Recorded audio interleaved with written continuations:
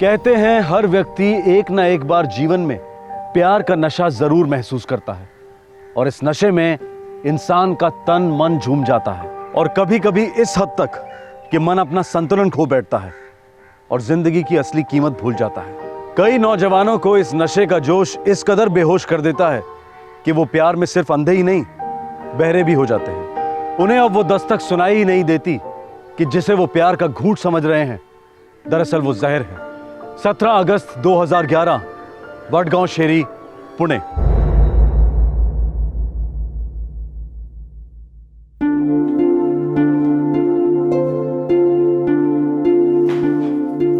Good morning Ashish. Good morning. Tension में लग रहा है, सब ठीक तो है? हो बाबा, सब ठीक है।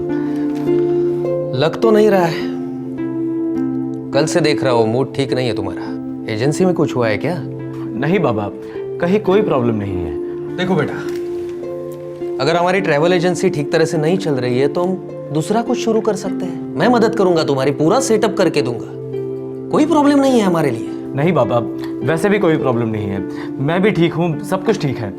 ऐसे मुंह लटका कर बैठने को कोई ठीक बोलता है क्या? कहीं उस दिन वो भोसले ने तुझे धमकी दी है, उस वजह से तो परेशान नहीं हो ना? नहीं माँ, ऐसा कुछ नहीं है। अब आप दोनों मुझे हद से ज्यादा परेशान कर रहे हो। अकेला क्यों नहीं छोड़ देते मुझे? आशीष बड़ा, क्या हुआ है इसे? देव जाने, पिछले 2 दिनों से ऐसे ही चिड़चिड़ा है।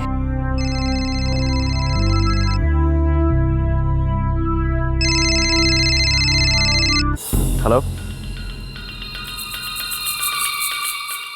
अच्छी बात है। कब और कहाँ मिलना है ये बोलो। ठीक है, डन, मैं पहुंच जाऊंगा।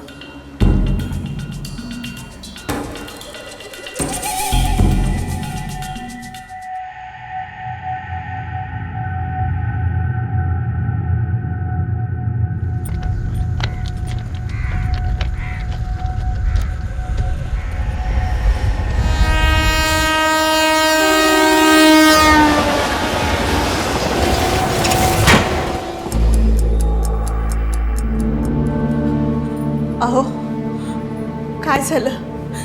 बताइए ना, क्या हुआ? तुम्ही डायल केलेला नंबर सध्या स्विच ऑफ आ रहा है। अगं भाई, मेरा चिप बहुत घबरा रहा है। आशीष आज सुबह से ऑफिस भी नहीं गया। अरे देवा, फिर कहाँ गया होगा मेरा बेटा? कहाँ है मेरा आशु? बताइए ना। सर, आशीष इकलौता बेटा है हमारा। Sir, number continuous switch off है। मैं भी शाम 4 बजे से ट्राई कर रहा हूँ, स्विच ऑफ ही आ रहा है। घर से निकलने से पहले आशीष ने कुछ बताया कि वो कहाँ जा रहा है, किससे मिलने जा रहा है? कुछ नहीं बताया था, लेकिन कल से मेरा आशु परेशान सा लग रहा था। क्यों परेशान था? नहीं पता, कुछ बोल के भी तो नहीं गया ना। हमें लगा वो भोसले के आदमियों ने उसे धमकी जो दी थी उसी का टेंशन होगा हमारे बेटे को। कौन भोसले? हमारे इलाके में धमकी देने वाला भोसले और कौन है सर? अच्छा, वो भोसले जो आपके बड़े भाई सुरेंद्र पाटिल के खिलाफ इलेक्शन लड़ा था। हाँ, और हार भी गया था। देखिए मिस्टर पाटिल, हम इस धमकी वाली बात पर एक्शन जरूर लेंगे, लेकिन मेरी राय में आप थोड़ा सा इंतजार कीजिए। हो सकता है कल सुबह तक आपका बेटा लौटा है। उस कुत्ते पर कड़ी नजर रखो। अगर वो कुत्ता मेरे हाथ से निकल गया ना तो मैं तुम सब लोगों की वाट लगा दूंगा। हाँ, ठेव फोन। ए विश्वास, तू कशाला चिंता करतो? हा, अरे उस भोसले ने, उसके कुत्तों ने हमारे आशु को टच भी किया ना तो मैं साले की वाट लगा दूंगा। दादा, आपने उस भोसले से बात की क्या? वो चूहा साला फोन पर ही नहीं आ रहा है। लेकिन तू चिंता मत कर विश्वास, मेरे आदमी बराबर उसके पीछे लगे हुए हैं। अरे मैं सब कुछ ठीक कर दूंगा, तू टेंशन मत ले।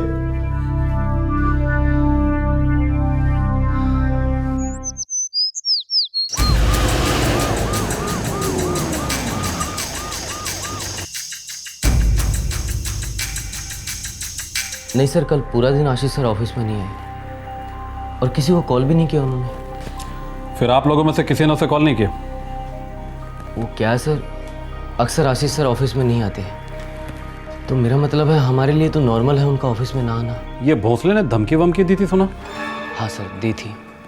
किस बारे में? सर एक कंपनी के साथ हमारा गाड़ियों का कॉन्ट्रैक्ट है। जब भी उन्हें गाड़ियों की ज़रूरत होती है हम उन्हें गाड़ियाँ भेजते हैं। उस कंपनी के साथ हमारा कॉन्ट्रैक्ट था, अब मेरी कंपनी के साथ है।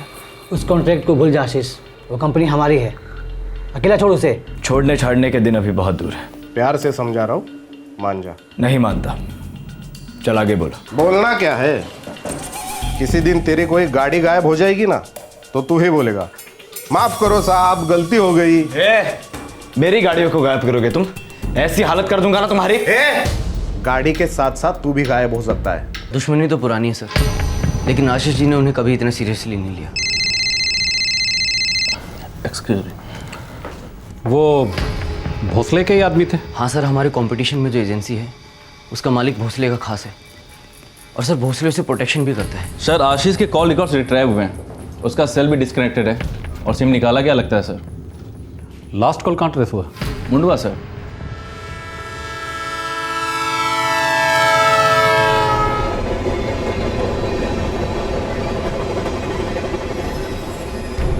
ये आशीष यहाँ क्या कर रहा होगा सुनसान जगह पे? सर उसे यहाँ लाया गया होगा। किसने लाया होगा उसे? सर 10:30 के बाद आशीष को कोई कॉल नहीं आया। लास्ट कॉल किसका था? किसी लैंडलाइन नंबर का था सर। किसका नंबर? पीसीओ, यडवाड़ा पीसीओ से। फॉलोअप करते हैं, जरूर कोई कनेक्शन है।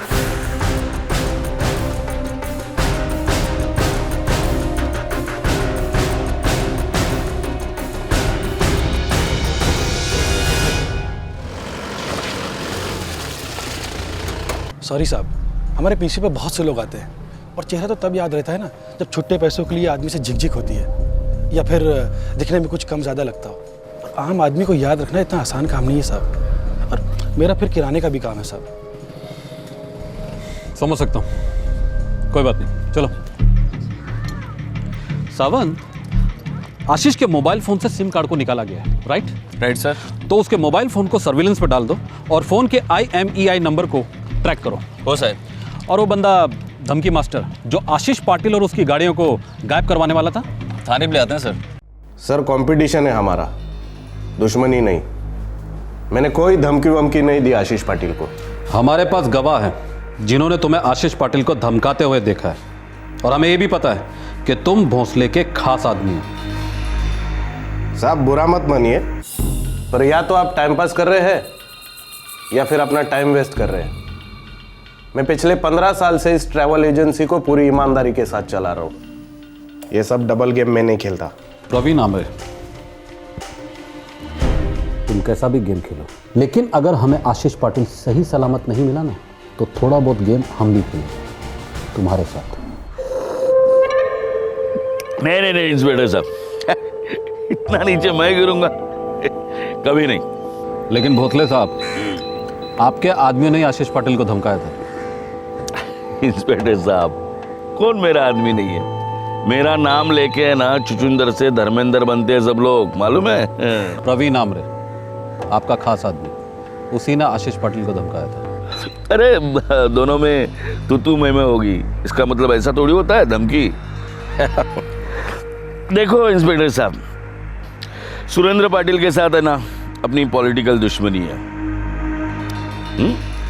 हम लोग किसी के फैमिली पे हाथ नहीं डालते, और आशीष तो पाटिल के भाई का लड़का है, बच्चा है, कच्चा नींबू है वो। उसको मैं टच करूं? काय बोलतो इंस्पेक्टर तू तर आपली इज्जत काढायला लागला। सर 2 दिन हो चुके हैं, हमारे बेटे की कोई खबर नहीं है। इन्वेस्टिगेशन चल रही है मिस्टर पाटिल, लेकिन अभी तक कोई सुराग नहीं मिला है। उसका मोबाइल इंस्ट्रूमेंट सर्विलेंस पर है और उसके फोटोग्राफ पुणे के हर पुलिस स्टेशन में पहुंचा दी गई है। लेकिन हमारा बेटा कब मिलेगा सर? मिस्टर पाटिल, आप बता रहे थे कि आशीष कुछ दिनों से डिस्टर्ब था, ऊपर से अभी तक कोई फिरौती की मांग भी नहीं हुई है, तो हम ये पकड़ कर चलते हैं कि कम से कम ये किडनैपिंग का केस तो नहीं है। तो फिर कहाँ गायब हो गया हमारा बेटा? शायद वो अपनी मर्जी से कहीं गया होगा। नहीं साहब, कुछ तो बड़ी बात है। मेरा बेटा ऐसा बिना बता के जाने वाला लड़का नहीं है। सर रेलवे पुलिस से खबर आई कि उन्होंने आशीष को उस तस्वीर से पहचान लिया जो हमने उन्हें भेजी थी। उन्हें हमारा बेटा मिल गया है, क्या हम उसे मिल सकते हैं? मिल तो गया है, लेकिन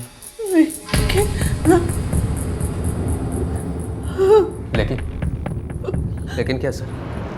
17 अगस्त की शाम को हमें एक लाश रेलवे ट्रैक पर मिली। पक्का यही लड़का है? जी सर, जैसे आपने वर्णन किया था वैसे ही कपड़े इस लाश के ऊपर थे।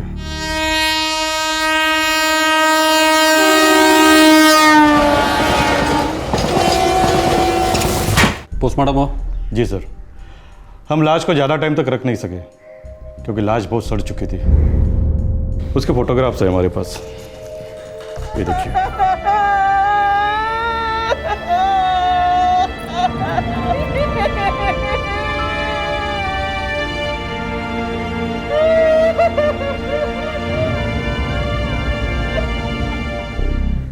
अच्छा, लाश के ऊपर आसपास कुछ भी नहीं मिला? कुछ भी नहीं? नहीं, कुछ भी नहीं मिला, कोई आइडेंटिफिकेशन नहीं, इसलिए लाश को रखना अपनी मुनासिब नहीं समझा।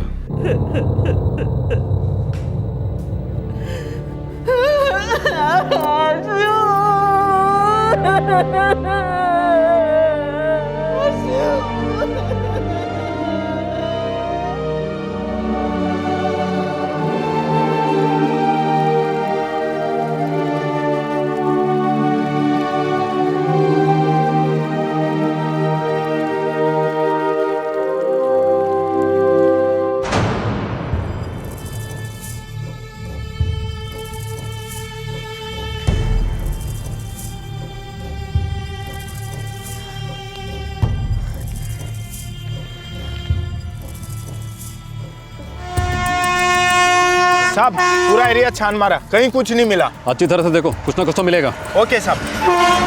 सर सेल तो डीएक्टिवेटेड है, सिम तो है ही नहीं। सिम कार्ड निकाला गया है सावंत, किसी ने उसके मोबाइल से सिम कार्ड को निकाला है, लेकिन क्यों निकाला होगा? सर मुझे नहीं लगता ये सुसाइड केस है। बिल्कुल नहीं। सुसाइड करने से पहले कोई इतनी मेहनत क्यों करेगा? और एक्सीडेंटल केस भी नहीं लग रहा है। Sir murder? बहा कर है हमारे आशीष को। मिस्टर पाटिल, हमें नहीं लगता कि आशीष ने सुसाइड किया है। देखिए, भोसले वाला एंगल हमने पूरी तरह से चेक किया है। ना भोसले से और ना ही उस ट्रैवल एजेंसी के मालिक प्रवीण आमरे से इस केस का कोई कनेक्शन मिल रहा है। मैं ये जानना चाहता हूं कि कहीं कोई दूसरी वजह तो नहीं जिसकी वजह से आशीष परेशान था? नहीं सर, अगर कुछ होता तो हमारा बेटा हमें बताता जरूर। शायद ऐसी कोई बात जो बच्चे अक्सर माँ बाप से कहने में झिझकते हैं। मेरा मतलब कोई लड़की वड़की का चक्कर हो।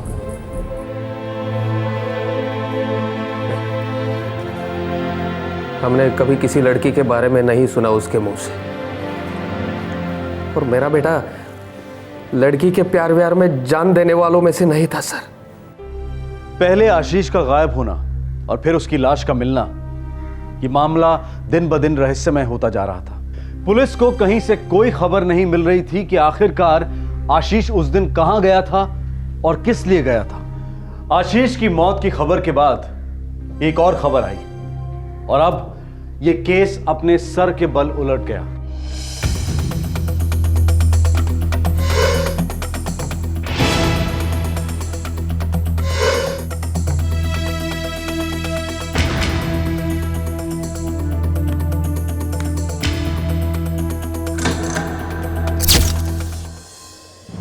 सर, आशीष का सेलफोन दोबारा एक्टिवेटेड हो गया है। हमने IMEI नंबर ट्रैकिंग की है। Very good.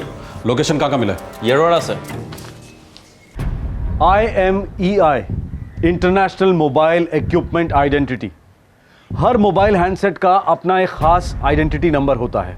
इस IMEI नंबर से पता लगाया जा सकता है कि वो कौन सी लोकेशन है जहां पर यह फोन दोबारा से सिम कार्ड डालकर एक्टिवेट किया गया है। पुलिस को आशीष के सेल फोन की लोकेशन तो पता चली, पर इस फोन में अब सिम कार्ड किसी और का था। अब सवाल यह था कि आशीष के फोन को कौन इस्तेमाल कर रहा था और क्या इस शख्स का आशीष की मौत से कोई ताल्लुक था।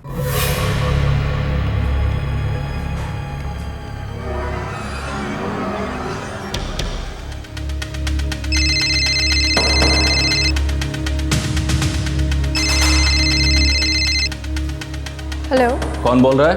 आपने मुझे फ़ोन किया ना मिस्टर। आप कौन बोल रहे हैं? वडगांव शहरी पुलिस चौकी से PSI सावंत बोल रहा हूँ। आप कौन?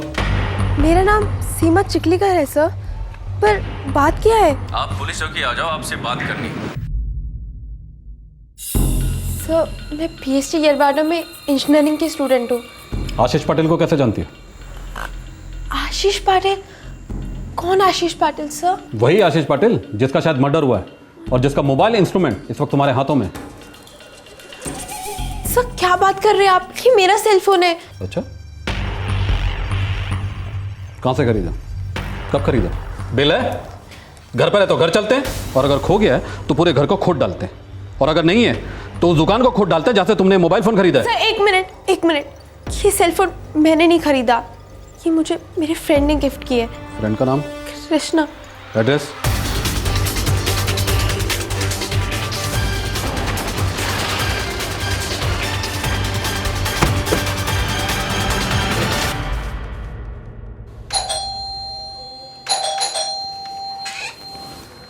कृष्णा कदम कहाँ है? मेरा बेटा घर पे नहीं है सर, वो दोस्तों के साथ बाहर गए। पण सर काय झालं? उसका मोबाइल नंबर क्या है? Mobile number? सुन, वहां से ना लेफ्ट टर्न ले लियो, वहां से वहीं पर हमें जो चाहिए ना मिल जाएगा। एक मिनट में फोन आ रहा है। हेलो, कृष्णा कदम? हाँ बोल रहा हूँ। Inspector Kane, Wadgaon police station से। क्या हुआ इंस्पेक्टर साहब? पुलिस स्टेशन आ जाओ अभी के अभी। क्या हुआ? अभी के अभी पुलिस स्टेशन बुलाया है। सर इस कृष्णा ने मोबाइल स्विच ऑफ रखा है। मुझे इस कृष्णा पर फुल डाउट है, ज़रूर कोई हाथ है इसका इसमें। और वो इंजीनियरिंग वाली लड़की सीमा, वो भी, दोनों में कुछ मिली भगत लगती है। दोनों के चिट्ठे खोलो सावंत। Okay sir.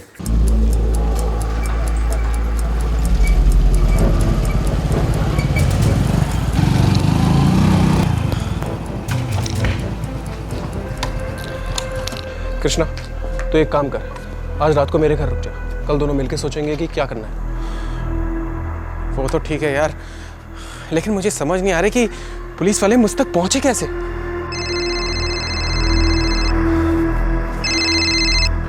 हेलो, हाँ सीमा। हाँ एक मिनट, सीमा तुझसे बात करना चाहती है। हेलो। कहाँ है कृष्णा तू? तेरा फोन क्यों बंद आ रहा है? अरे फोन स्विच ऑफ नहीं था, बैटरी खत्म हो गई थी। अच्छा सुनो, तुम किसी आशीष पाटिल को जानते हो क्या? आशीष पाटिल? नहीं तो, लेकिन तुम क्यों पूछ रही हो? बात क्या है? अरे आज मुझे पुलिस स्टेशन बुलाया था, कहते कि जो फोन तुमने मुझे गिफ्ट किया है वो किसी आशीष पाटिल का है। फिर तुमने क्या कहा? सच कहा कि वो फोन तुमने मुझे दिया है। और उन्होंने क्या कहा फिर? उन्होंने कहा कि उस आशीष पाटिल का शायद मर्डर हो गया है। क्या ऐसा कहा उन्होंने? कृष्णा आखिर हो क्या रहा है? मुझे बहुत डर लग रहा है। नहीं नहीं सीमा, देखो तुम घबराना मत और सब कुछ ठीक हो जाएगा, बस तुम थोड़ा शांत रहना, ठीक है? क्या हुआ यार? पुलिस सीमा तक पहुंच गई यार। मैंने कहा था ना तुझे कि वो फोन किसी को मत देना, लग गई ना कुछ। सर ये कृष्णा और सीमा दोनों एक ही कॉलेज में। ये दोनों दोस्त हैं? अच्छे दोस्त या कुछ और भी? सर आजकल के कॉलेज का लड़का लड़की का लाइफ है ना समझ के बाहर है। वो जिंदगी को टाइम पास समझते हैं और टाइम पास को जिंदगी। कल तक जो लवर था वो आज उनका बीड़ू है, और जो इतने सालों से बीड़ू है आज उनका बॉयफ्रेंड है। वो कंप्यूटर की स्पीड की जैसे ना उनका रिलेशन चेंज होते रहते साहब। इस कृष्णा का सेल फोन ऑफ है, घर पर भी नहीं। कहाँ मिलेगा साहब? उसका खास दोस्त लंगोटिया मनोज, दोनों फेविकॉल के माफी एकदम चिपका हुआ रहता है साहब। कहाँ रहता है मनोज? सावंत खबरी ने जो बताया था ये वही एरिया लगता है ना? सर ये वही एरिया लग रहा है। ये वही जगह है ना जहां से आशीष को आखिरी कॉल आया था, ये पीसीओ बूथ? Yes sir.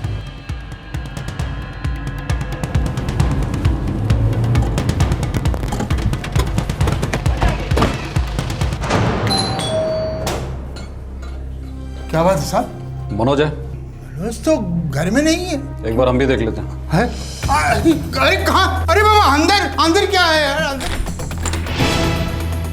ओ उड़ा ले को। अरे अरे अरे अरे क्या कर रहे हो तुम लोग? अरे सर मुझे नहीं मालूम ये आशीष पाटिल कौन है। ये मोबाइल फोन तो हमें सर रास्ते में पड़ा मिला था। कहाँ पड़ा मिला था? सर मुंडवा के पास।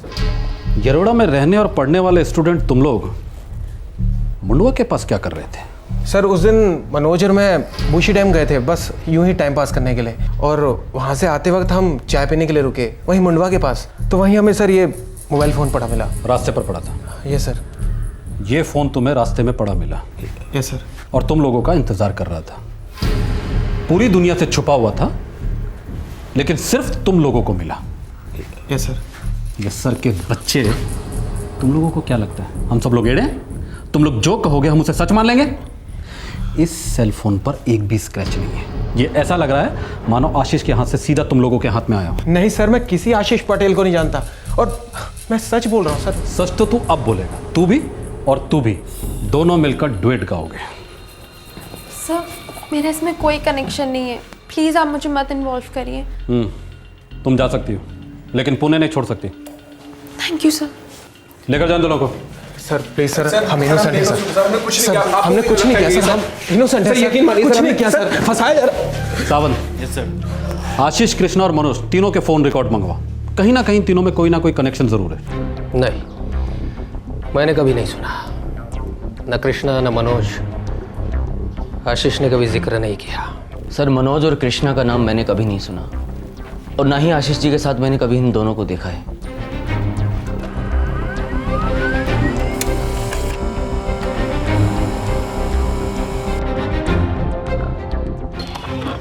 सर आशीष के फोन रिकॉर्ड्स और कृष्णा और सीमा के फोन रिकॉर्ड में कोई कनेक्शन नहीं है। बिल्कुल भी नहीं। सर इन तीनों ने कभी एक दूसरे को कॉल नहीं किया। लेकिन एक लेकिन होना ही था। बताओ। सर एक नंबर है जो मनोज और आशीष के फोन रिकॉर्ड में सेम है, और इसी नंबर से मनोज और आशीष की सबसे ज़्यादा बातें होती है सर। अब ये नंबर ही इस केस को क्लोज करेगा। अवंतिका, मैं तुम्हें लंदन सिर्फ पढ़ाई के लिए भेज रहा हूँ। वहाँ मुझे कोई भी नॉनसेंस नहीं चाहिए। जी पापा। हेलो, ये किसका नंबर है? आप कौन बोल रहे हैं? इंस्पेक्टर काणे, वडगांव शरीफ पुलिस स्टेशन से। सर मैं अवंतिका बोल रही हूँ। आशीष पाटिल को जानती हो? जी। और मनोज कामले? मनोज, जी, उससे भी। हमें आपसे बात करनी है, पुलिस स्टेशन आ जाइए। पर सर ये कैसे हो सकता है?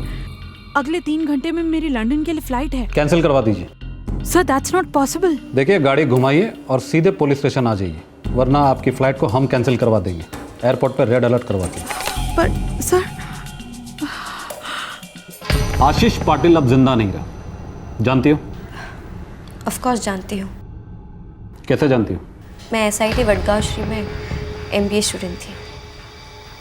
आशीष भी वहीं से कोर्स कर रहा था, हम वहीं मिले थे। मिलने के बाद क्या हुआ? प्यार, मोहब्बत, लव, आई मीन बॉयफ्रेंड था तुम्हारा? जी हाँ।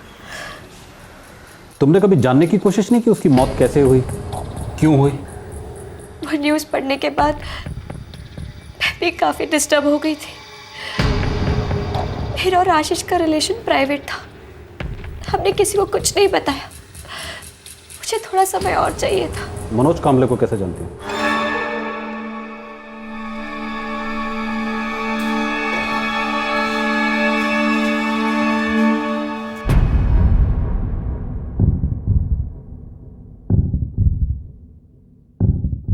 जानते हो इसे?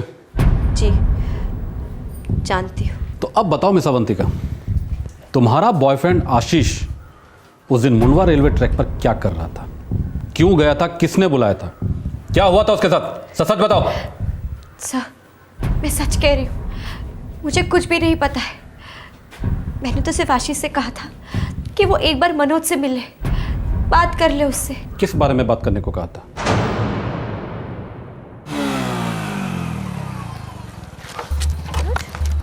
ये क्या बकवास है? ये आशीष कौन है?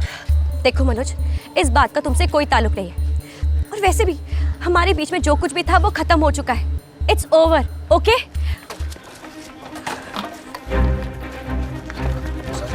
काहे का ओवर? कैसा ओवर? हाँ, हम दोनों का 2 साल का अफेयर था, वो भी सीरियस। इस बात को तुम अच्छे से जानती हो। देखो ये 6 घंटों का कोई ओवर नहीं है जो इस तरह से खत्म हो जाएगा। Explain me right now. जो कि मैं नहीं दे सकती। देखो मनोज, मैं तुमसे कोई बहस नहीं करना चाहती, बस ये समझ लेना हम एक दूसरे के लिए ठीक नहीं थे। अरे मगर क्यों ठीक नहीं है? प्रॉब्लम क्या है? ट्यूनिंग नहीं थी। और ये बात जानने के लिए तुम्हें 2 साल लग गए?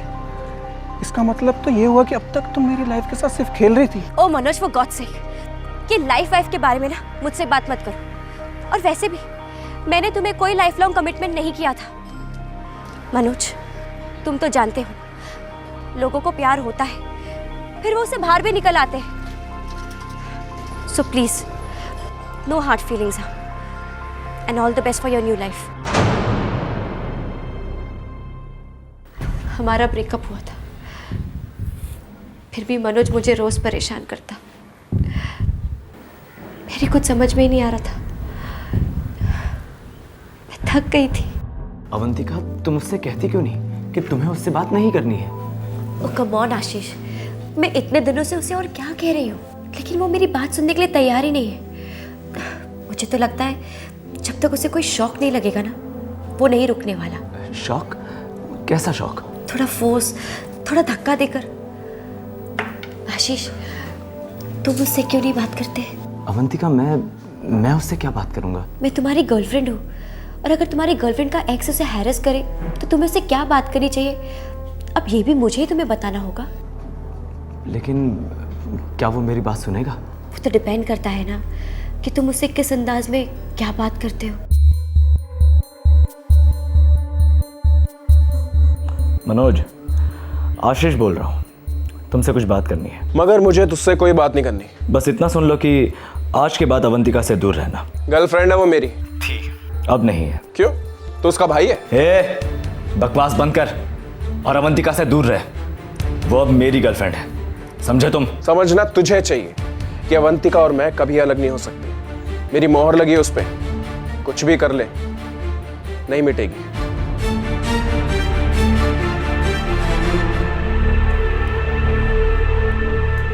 आशीष मुझे 3-4 दिन से लगातार फोन कर रहा था, लेकिन मैंने उसका फोन लिया नहीं। लेकिन इसने मुझे हैरेस करना बंद नहीं किया, रोज फोन करता था। मैंने आशीष से भी कहा कि कुछ करो, बंद करो मनोज के इस नॉनसेंस को। इसी बात को लेकर टेंशन थी उसे, इसी बात से डिस्टर्ब था वो। लेकिन तुम तो उससे बात तक करना पसंद नहीं करते थे, फिर उससे मिलने को राजी कैसे हो गए?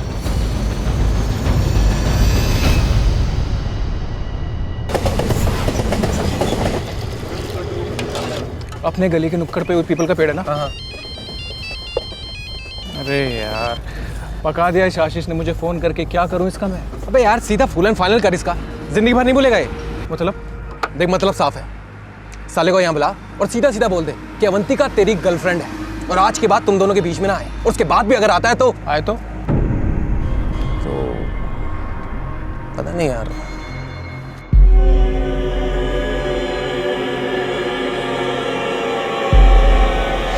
हमारे बीच में जो कुछ भी था वो खत्म हो चुका है। It's over, okay? मैं तुमसे कोई बहस नहीं करना चाहती, बस इतना समझ लेना हम एक दूसरे के लिए ठीक नहीं। कृष्णा, अगर ये आशीष रहे ना तो? अबे लेकिन वो तो है, दिन रात दिमाग चाट रहा है तेरा, हमेशा ही फोन करता रहता है। हाँ अभी तो है, लेकिन आगे से ना हो तो? मतलब ये कि आशीष अचानक से गायब हो जाए तो अवंतिका उसके बारे में सोचेगी नहीं, और फिर वो मेरे पास चली आएगी। आ सकती है? मेरा मतलब मनोज, आशीष गायब कैसे होगा? अबे तेरे दिमाग में चल क्या रहा है? अबे क्या सोच रहा है तू?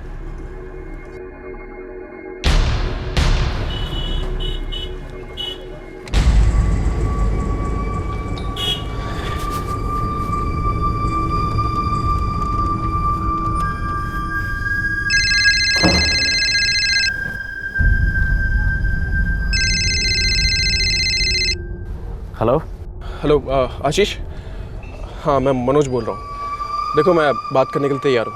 अच्छी बात है, कब और कहाँ मिलना है ये बोलो। मुडवा क्रॉसिंग के पास एक छोटी सी चाय की टपरी है, हाईवे के पास। मैं ठीक 2 बजे मैं वडगांव श्री नाके से पिकअप करूँगा। मैं पहुँच जाऊँगा।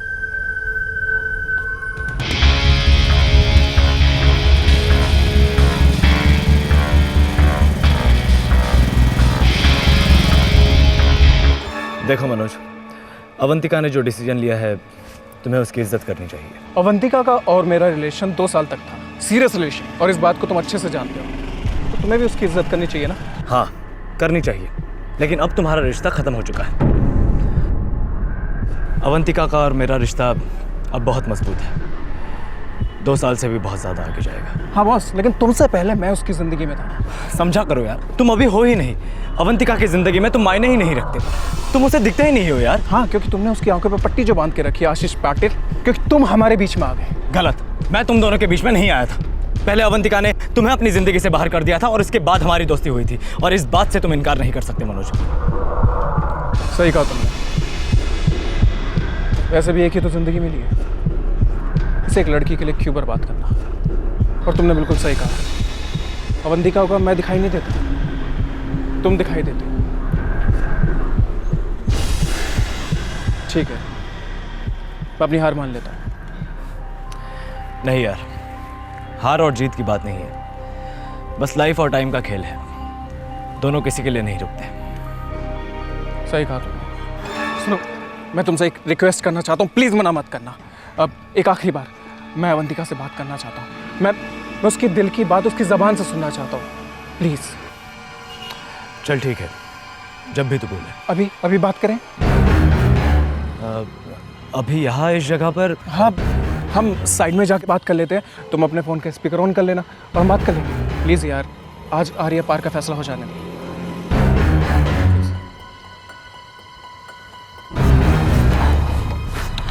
मैं अवंतिका को फ़ोन लगाता हूँ।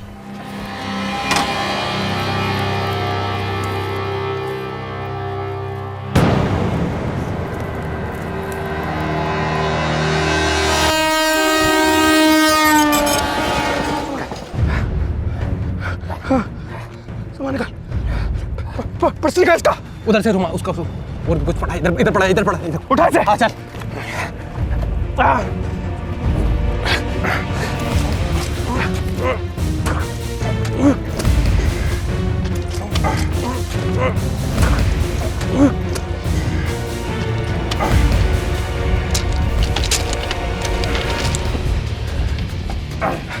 तूने सब कुछ निकाल लिया ना? हाँ, सब कुछ निकाल लिया, वॉलेट, घड़ी, मोबाइल, सब कुछ।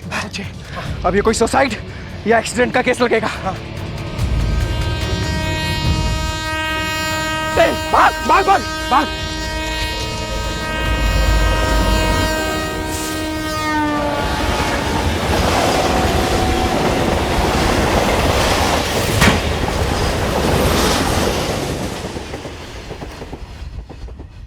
आशीष अब अवंतिका को दिखाई नहीं देता मनोज, तो उसके माँ बाप को भी दिखाई नहीं देता, किसी को भी दिखाई नहीं देता। लेकिन एक बात बताऊं, आज के बाद जिंदगी भर तुम भी दिखाई नहीं दोगे, जेल की सलाखों के पीछे सड़ोगे। ले जाओ इन दोनों को।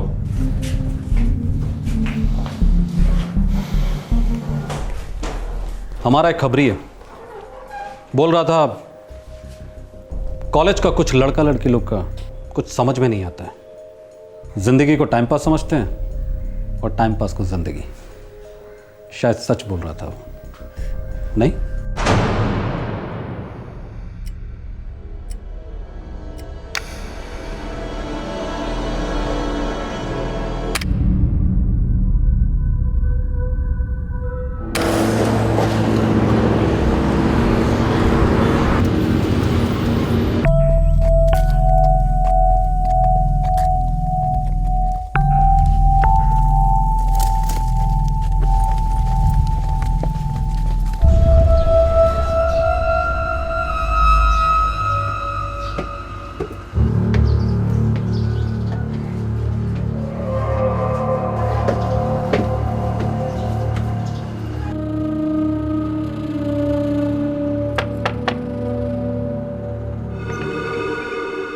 बोलिए।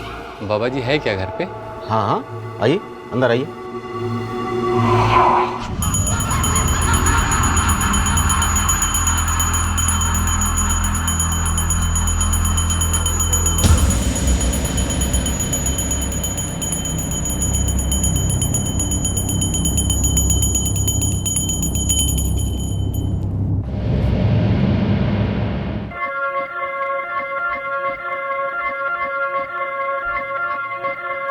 तू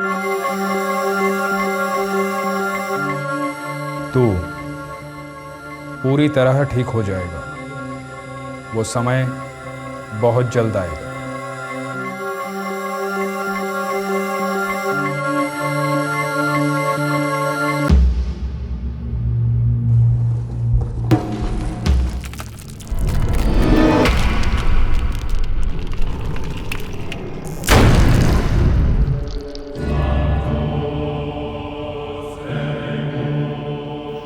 इसका समय आया और गया।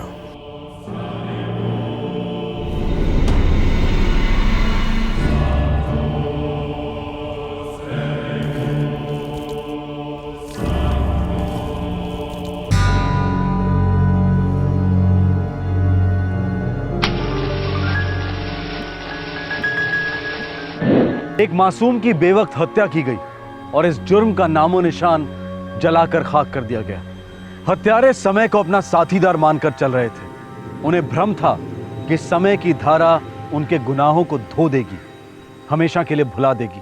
वो ये मानकर चल रहे थे कि अगर एक अरसे के बाद जली हुई लाश का कोई हिस्सा मिलता भी है तो शिनाख्त की घड़ी कभी आएगी ही नहीं। लेकिन वो घड़ी आई और ये एक घड़ी के कारण ही मुमकिन हुआ। जी हां, पीड़ित की कलाई पर रिस्ट वॉच इस केस का एकमात्र सुराग था जो कानून को दस्तक दे रहा था कि शिकारी कौन था और शिकार कौन।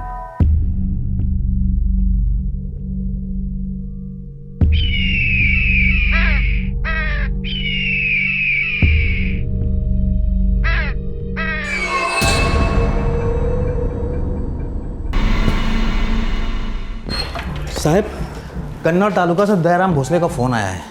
वो किसी खेत में लाश के बारे में बात कर रहा है और कह रहा है कि लाश बुरी तरह से जली हुई है।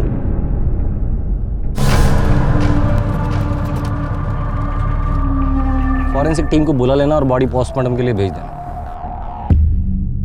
मेल बॉडी है, 35 से 45 साल के बीच का आदमी।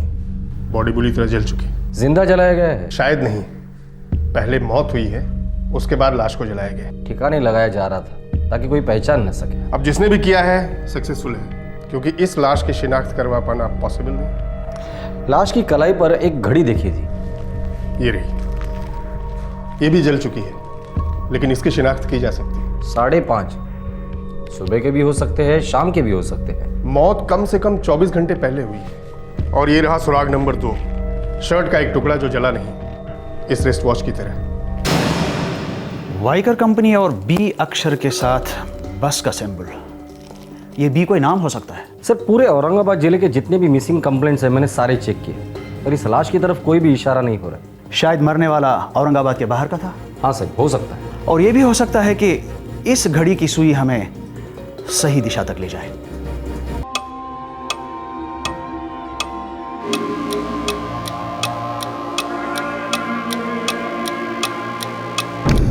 सर, वाइकर कंपनी, ये तो सर पुणे की कंपनी है और मेरे डीलर्स वहाँ से घड़ियाँ लेते रहते हैं, लेकिन सर ज़्यादा नहीं, थोड़ी बहुत। इस घड़ी के पीछे बी लिखा है और बस का निशान बना है। क्या इनके सभी घड़ियों के पीछे ये निशान रहता है? 1 मिनट सर।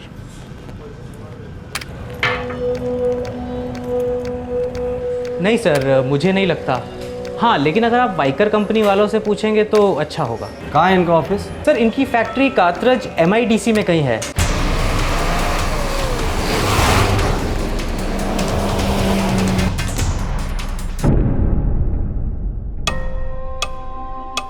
ये माल हमारा है और हमारी फैक्ट्री में बना है। दरअसल ये घड़ी हमें एक लाश की कलाई पर मिली थी औरंगाबाद में। हम लोग उसी की शिनाख्त करने की कोशिश कर रहे हैं। सर, ये लेटर बी और ये जो बस का सिंबल है, हम लोग उसी के बारे में जानना चाहते हैं। सर, आमतौर पर इस तरह की मार्किंग हम नहीं करते हैं। ये मेड टू ऑर्डर है, मतलब किसी ने खास तौर पर बनवा के लिए है। किसने? पुणे में हमारी मार्केटिंग सेल है, आई थिंक वहाँ से पता चल सकता है।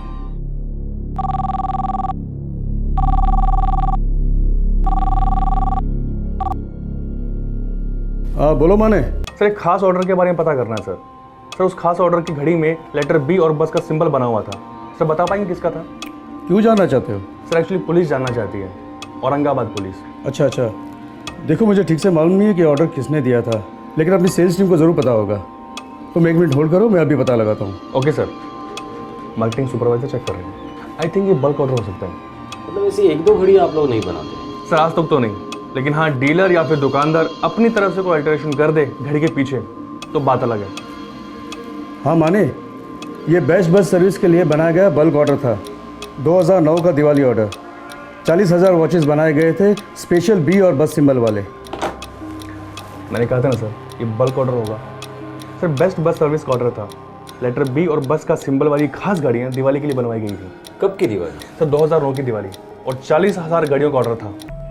पूरी संभावना थी कि कत्ल किया गया आदमी बीईएसटी का कर्मचारी था। बीईएसटी मुंबई की पब्लिक ट्रांसपोर्ट कंपनी है जो लगभग 4,680 बसें चलाती है। बीईएसटी का लगभग 38,000 कर्मचारियों का वर्कफोर्स है। घास के ढेर में सुई ढूंढने वाली बात थी, और सुराग 2 सुइयों वाली एक घड़ी।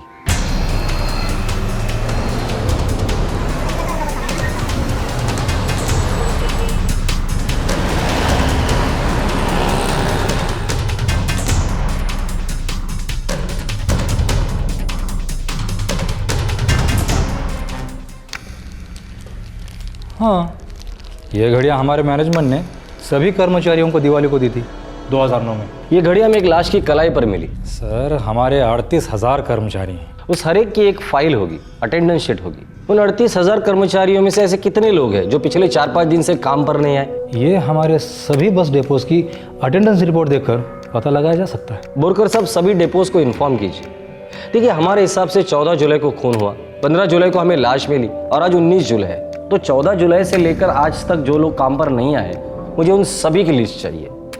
ये लिस्ट आने में थोड़ा वक्त लग सकता है। हम इंतजार करेंगे। इतने दूर आए हैं, खाली हाथ वापस नहीं जाएंगे। एक लाश मिली है औरंगाबाद पुलिस को। कलाई पर बेस्ट की दिवाली वाली घड़ी मिली है। 14 जुलाई से कोई मिसिंग है स्टाफ में? नाही साहेब, आमच्या डेपोमध्ये तर कोणी नाही।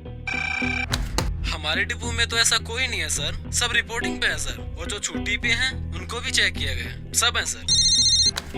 14 जुलाई?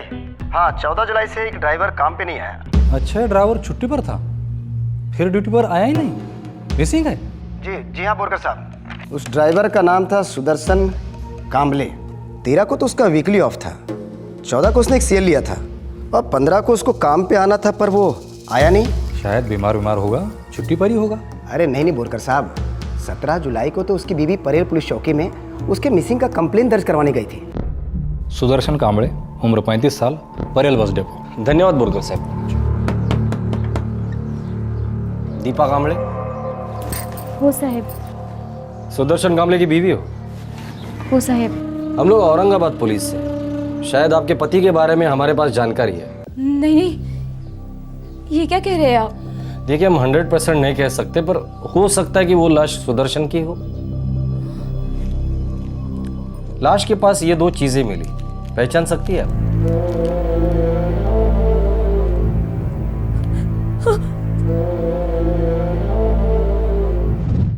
कल सुबह तक पक्का हो जाएगा ना? हाँ, बस पैसे दूंगा और तुरंत वापस लौट आऊंगा। मेरे समझ में ये नहीं आता, आप यहाँ से पैसा मनी ऑर्डर या कुछ कर दो ना उस औरत को।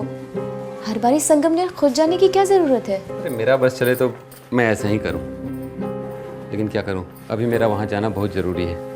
कोर्ट ने अभी फैसला नहीं किया है ना, मैं कम देना चाहता हूँ और वो ज़्यादा मांग रही है। एक बार कोर्ट का फैसला आ जाए, फिर हर महीने ये संगमनेर जाने का चक्कर ही खत्म। ला, काजी क्या हो, सही सलामत लौटाना। घाबरू नकोस, मैं सही सलामत वापस आ जाऊंगा।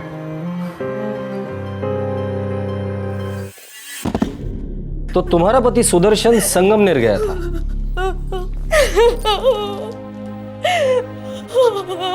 पर उसकी लाश हमें कन्नड़ गांव में मिली जो औरंगाबाद जिले में आता है। पता नहीं ये वो क्यों गए होंगे। सुदर्शन संगमनेर क्यों गया था? उन्हें हर महीने वहां जाना पड़ता था। उनकी पहली पत्नी वहां रहती है,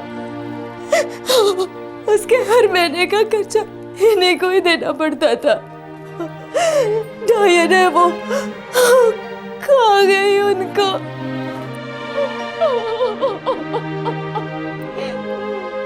हमने संगमनेर पुलिस स्टेशन को इन्फॉर्मेशन भेज दी थी। उन्होंने सुदर्शन की पहली पत्नी से पूछताछ की। क्या बोली? बोली कि मेंटेनेंस के लिए पैसे देने आया था और चला गया। अब उसके बाद वो कहाँ गया, उसका क्या हुआ, उसे कुछ नहीं मालूम। आप लोगों ने सुदर्शन कांबले का फ़ोन रिकॉर्ड चेक किया? उसका सेल 14 जुलाई से ऑफ है। ये उसका सेल रिकॉर्ड है। उसकी लास्ट बात ये एक पीसीओ के नंबर से हुई है।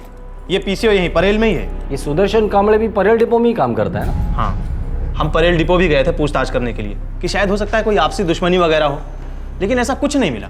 समझ में नहीं आ रहा ये औरंगाबाद करने क्या गया था? पहले तो हमको लगा कि हो सकता है कि औरंगाबाद में कोई अफेयर वगैरह हो। उसके फ़ोन का लास्ट लोकेशन भी कन्नड़ गांव है। हम वहाँ भी गए थे, मगर वहाँ भी कुछ नहीं मिला। उसकी बीवी दीपा, उसने उसे फ़ोन नहीं किया? नहीं, दीपा के पास कोई भी सेल नहीं है। उसने हमें बताया कि उसने एसटीडी बूथ से कई बार बात करने की कोशिश की, लेकिन हर बार सुदर्शन का फ़ोन स्विच ऑफ था। मतलब सुदर्शन आखिरी बार अपने पहली बीवी से मिला था? हाँ, कादम्बरी नाम है उसका। कादम्बरी, उससे बात करनी होगी। दोबारा उसके मुंह से सब कुछ सुनना होगा।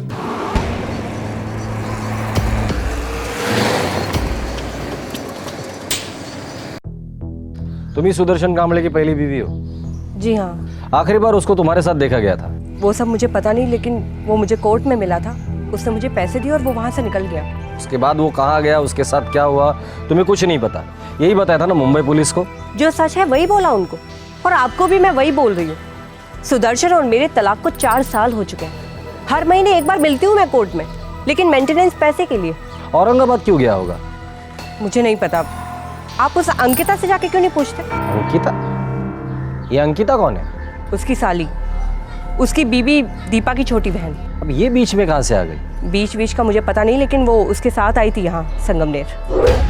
बारी बारी गिनती की है तू? 3000 ये रख ले। किसी का कोई भरोसा नहीं है ना, इसलिए। 2000 लेती थी ना, तो बार बार मेरे को इधर आना नहीं पड़ता था, और आने जाने का खर्चा होता है सो अलग। ये 3000 रुपये भी कम पड़ जाते हैं आज की महंगाई में। और तुम कोई एहसान नहीं कर रहे हो मुझ पर। बेटी को खुद पाल रही हूँ और बहुत जल्द उसकी शादी भी करानी है। 15,000 रुपये महीने के कमाते हो, फिर भी 1-1 के लिए रोते रहते हो। तो मेरे हाथ को कितना आता है काट पीट के? 12,000 भी नहीं आता। और मुंबई का खर्चा तो मालूम है ना तेरे को? मालूम है। शराबियों के झूठ भी अच्छी तरह से जानती हूँ। बात करता है। कादम्बरी, बहुत बोल रही है तू। झगड़ा करने से कोई मतलब नहीं, चलो चलते हैं। वो दोनों एक साथ आए थे और एक साथ निकले कोर्ट से। दोनों एक साथ क्यों आए थे पता नहीं, और वहां से कहाँ गए वो भी नहीं पता। ये सुदर्शन और उसकी साली अंकिता, इन दोनों के बीच में कुछ लफड़ा था? कुत्ते की दुम कभी सीधी नहीं होती साहब। जब मैं और वो पति पत्नी थे तो उसका चक्कर उस दीपा के साथ चल रहा था, उसकी अभी की बीवी अंकिता की बहन। दीपा को पता होगा इस लफड़े के बारे में? पूछ के देख लीजिए। वैसे औरतों को पता चल ही जाता है, सूंघ जो लेती हैं हम। हाँ, मेरी बहन अंकिता गई थी उनके साथ। क्यों?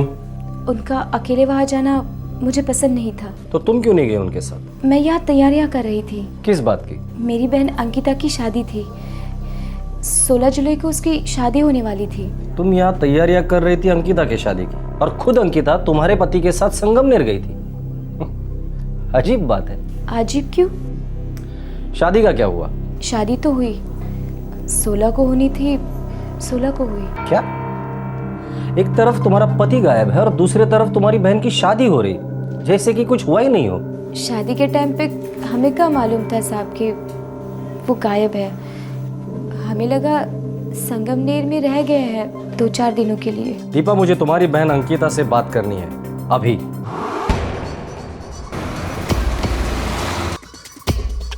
सर, ये सुदर्शन की बीवी दीपा कुछ ज्यादा ही सीधी लगती है।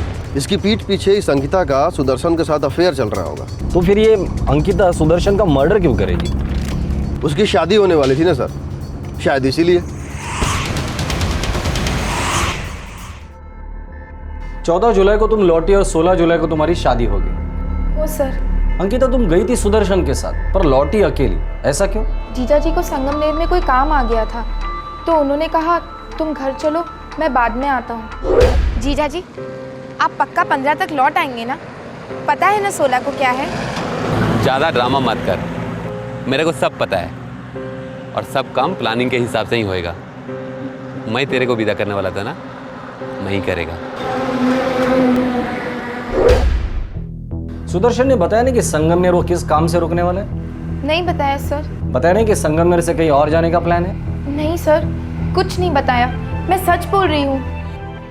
मैंने कब कहा कि तुम झूठ बोल रही हो? नहीं, वो बस मैं सच बोल रही हूँ। नंबर बताओ। कैसा नंबर?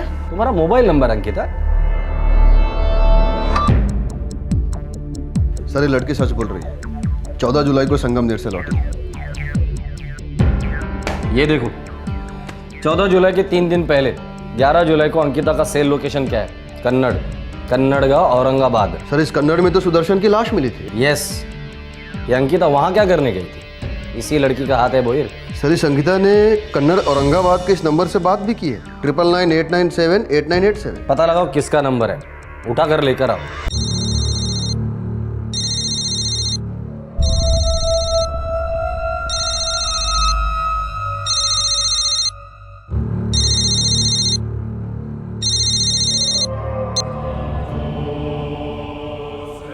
हेलो हेलो, शिविर police station Varun PSI Bhoir बोलतो।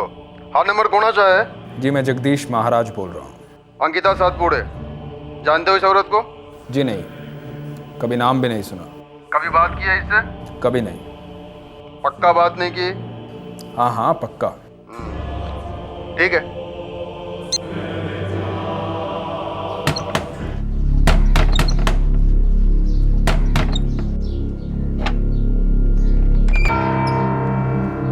जगदीश महाराज, अगर अंकिता सातपुड़े तुम्हारे सामने आ जाए तो शायद तुम्हें याद आ जाएगा कि तुम उससे 11 जुलाई को मिले थे।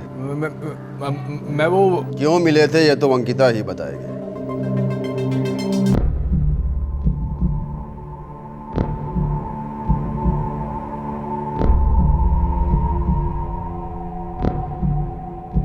जगदीश महाराज, अब तो पहचानिए अंकिता को। कौन है ये? भक्त है मेरी, बहुत भक्त मिलने आते हैं, फोन भी करते हैं। हर किसी का नाम थोड़े ही याद रखूंगा। मुंबई बेस का कर्मचारी सुदर्शन कांबळे, क्या वो भी तुम्हारा भक्त था? नाम कुछ सुना सुना सा है। देखिए साधु हूं मैं, जड़ी बूटियां बनाकर लोगों की बीमारियां दूर करता हूं, और पूरे महाराष्ट्र से मेरे भक्त आते हैं दर्शन के लिए। अंकिता जी, आपको कौन सी बीमारी थी जो आप इस जगदीश महाराज से मिलने गई थी 11 जुलाई को?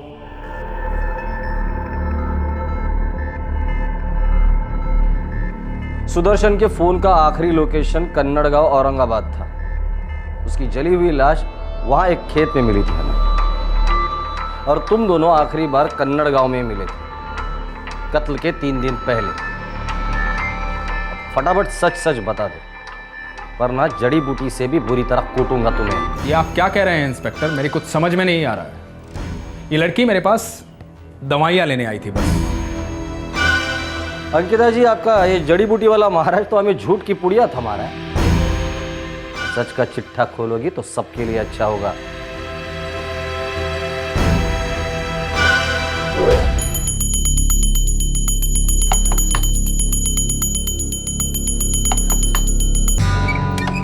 बाबा प्रणाम, मैं अंकिता सातपुड़े मुंबई से।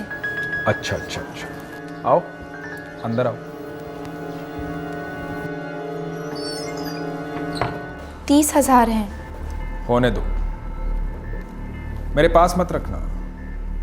पैसे को छूता नहीं हूं मैं। पैसा माया है, बुद्धि भ्रष्ट कर देता है। इसको दे सकती हो।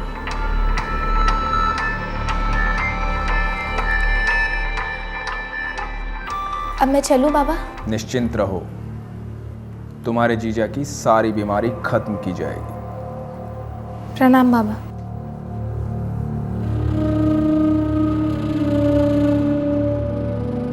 तुमने इस ढोंगी बाबा को सुपारी दी थी 30,000 रुपए की अपने जीजा जी को मरवाने के लिए। क्यों किया ऐसा? अपने होने वाले पति से अपना अफेयर छुपाना चाहती थी, जो तुम्हारे जीजा जी सुदर्शन कांबळे के साथ चल रहा था। ये झूठ है, मेरा जीजा जी के साथ कोई अफेयर वफेयर नहीं था। फिर ऐसा क्या था कि तुमने उसे जान से मरवा दिया? मुझे नहीं पता था उनका खून हो जाएगा। मैं तो सिर्फ पैसे डिलीवर करने गई थी। किसने भेजा था तुम्हें पैसे देकर? ये तो पैसे बाबा को दे देना अंकिता। कशाला ताई? अंकिता, तुम्हारे जीजू की तबीयत बहुत खराब है, शराब की बीमारी है उन्हें। लेकिन ताई, 30,000 रुपये का ट्रीटमेंट, कैसा ट्रीटमेंट है ये? और इतने सारे पैसे आए कहाँ से ताई? मैंने अपनी सोने की चेन बेच दी तुम्हारे जीजू की भलाई के लिए। अब सुदर्शन को शराब छोड़नी ही होगी, नहीं तो जिंदगी छूट जाएगी उसकी।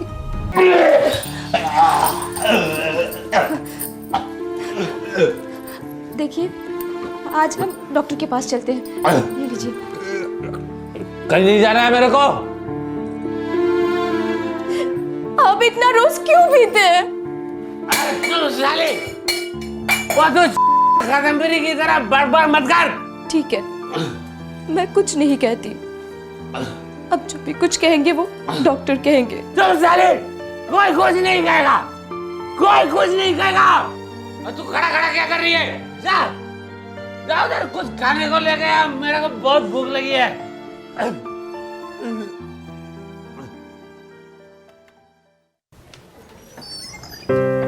अरे आला तुम्ही? हाँ।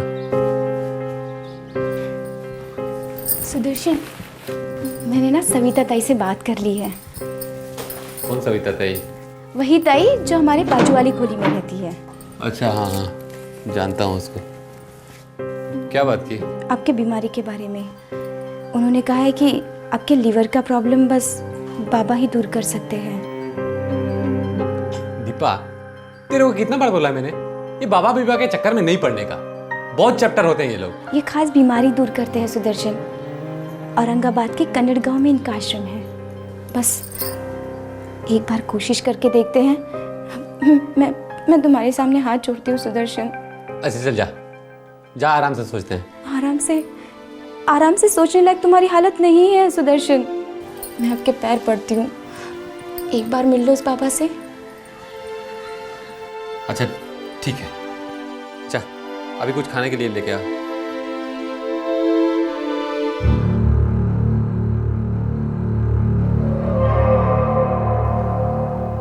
एक महीने तक लेते रहना, फिर आके मिलना।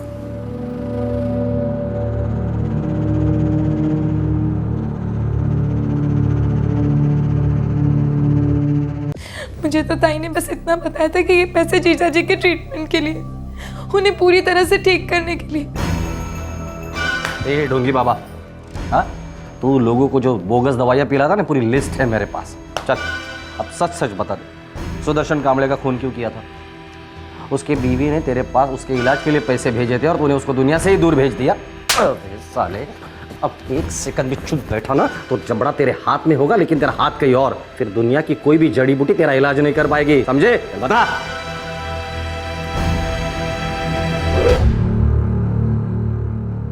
वो नहीं आया? बाबा, उन्हें छुट्टी नहीं मिली। छुट्टी लेना नहीं चाहता तेरा पति? उसे मेरी दवाइयों पे विश्वास नहीं रहा ना? मैं काय करूं बाबा?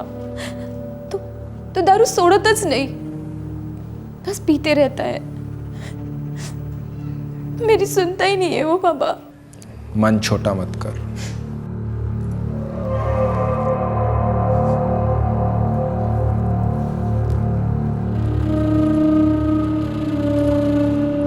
हिम्मत से काम लेना होगा तुझे, कड़वी सच्चाइयां सुननी होंगी तुझे। कैसी सच्चाई बाबा? जीवन और मृत्यु की सच्चाई। तेरा जो ये पति है ना सुदर्शन, चंद दिनों का मेहमान है। ऐसा ना कहिए बाबा, कुछ कीजिए। किया तो उसने बहुत बुरा किया है। इस जन्म में ही नहीं, पिछले जन्मों में भी बहुत बुरा किया है, जिसका कोई इलाज नहीं, कोई दवा नहीं, कुछ नहीं। तुझे दुख के सिवाय कुछ नहीं दे पाएगा वो, तिनके भर का सुख भी नहीं। तुझे क्या लग रहा है, तेरी चुप्पी मुझसे बात नहीं कर रही? तेरे दुख का इलाज है मेरे पास। तेरा पति कभी तुझे स्त्री सुख नहीं दे पाया, दे भी नहीं पाएगा। वो बेचारा तो खुद दुख में डूबा हुआ है, पर तुम दोनों का इलाज है मेरे पास।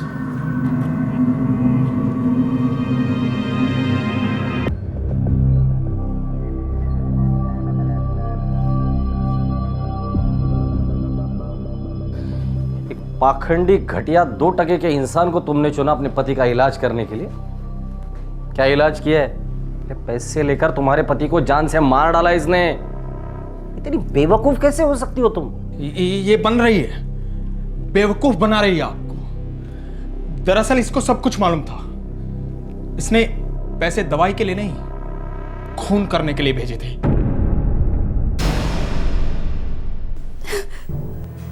मैं क्या करती साहब? सुदर्शन और ज्यादा पीने लग गया था। रोज थोड़ा थोड़ा करके मर रहा था वो।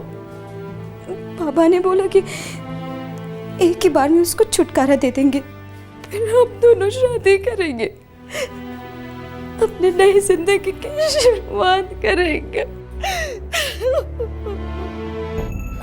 मतलब तुम्हें पहले से ही पता था कि तुम्हारा पति मर चुका है?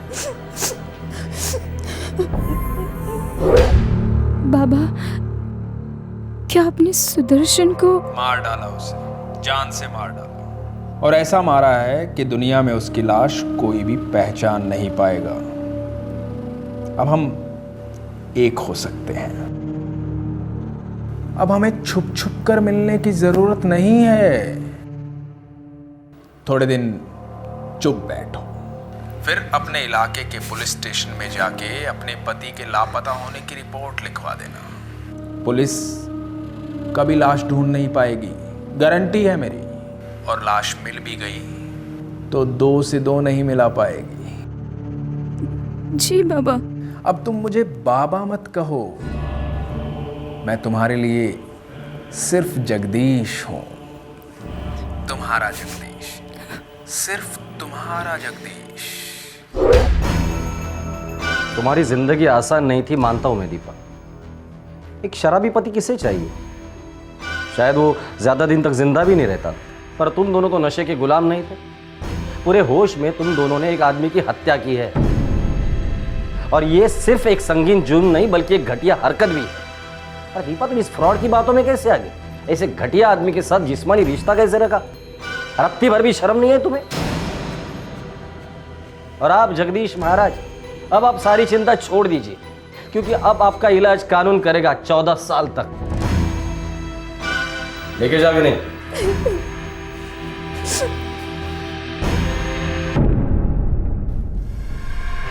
आर्टिकल्स लिस्ट में से फाइल कर देना भाई। ये घड़ी इस केस की स्टार है। शादी के झूठे वादे करके इस ढोंगी बाबा ने दीपा का सेक्सुअल एक्सप्लॉयटेशन किया था। बेबस और लाचार दीपा इस बाबा के झूठे वादों के तालाब में पूरी तरह से डूब गई थी। पुलिस ने और इन्वेस्टिगेशन की तो पता चला कि जुर्म करना और औरतों को फंसाना इस विकृत इंसान की आदत थी, पेशा था।